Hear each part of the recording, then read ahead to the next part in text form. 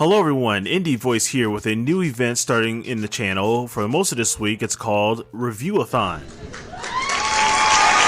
So in this event, there will be a lot of indie games being shown this week, with some that might interest you, others that might be early access, and others worth supporting, or others that may be fully developed games. What we'll be talking about in most of these review-a-thon videos, I'll be talking about several things: summary of the game, what I like about it, what I don't like about it, future ideas for said game or features. This is mostly for early access games only, pros and cons, and the verdict. Now, for the verdict, I will be saying either I recommend it or I do not recommend it. Hopefully these games will be great of interest to support the indie game developers in the gaming community. Now let's start the review with these two games that we're going over today. Today's first game we'll be discussing is called Swordship, developed by Digital Kingdom and published by Thunderful Publishing. The world of global warming. Humanity has taken refuge in 3 gigantic underwater cities at the bottom of the ocean. By lack of space, those expelled from the cities barely survive on the burned lands. Meanwhile, the megacities exchange millions of containers loaded with goods every day. At the command of the ultra-fast boats, a few inhabitants of the underwater cities started stealing these precious containers to deliver them banished. Some are more successful than others. In my personal experience of playing Swordship, this game takes old arcade games and fuses them with roguelike mechanics a bit, meaning the containers that you acquire, you get randomized upgrades to your ship, which may make the game easier or way more complicated. What I like in this particular segment: addictive gameplay, the excellent soundtrack, the graphics on how fluid the water looks, a lot of improvements since the demo of the Steam Next Fest event. So far, I like how challenging the game is, even though it's just a simple mechanic. Even though I die in the game, you gain new upgrades, changes to the game little by little. What I don't like: slight balancing issues here and there with the points that you gain from collecting each of the containers. Sometimes the progression feels a bit slow. But the pros and cons of Swordship: pros, great graphics, addictive gameplay, excellent soundtrack, various upgrades and changes, and it works great on the Steam Deck. Cons: some unbalancing with the containers, progression may feel a bit slow, and it can get increasingly difficult. But the verdict I give for Swordship: so after playing this game at the Steam Next Fest event, the gameplay is very addictive, has excellent graphics and design, without making the game too easy, usually having weapons. I do find Swordship very challenging and unique in its own way. Swordship gets a grading of do recommend. Thank you for watching this part 1 of the review-a-thon, and I'll see you in the next one.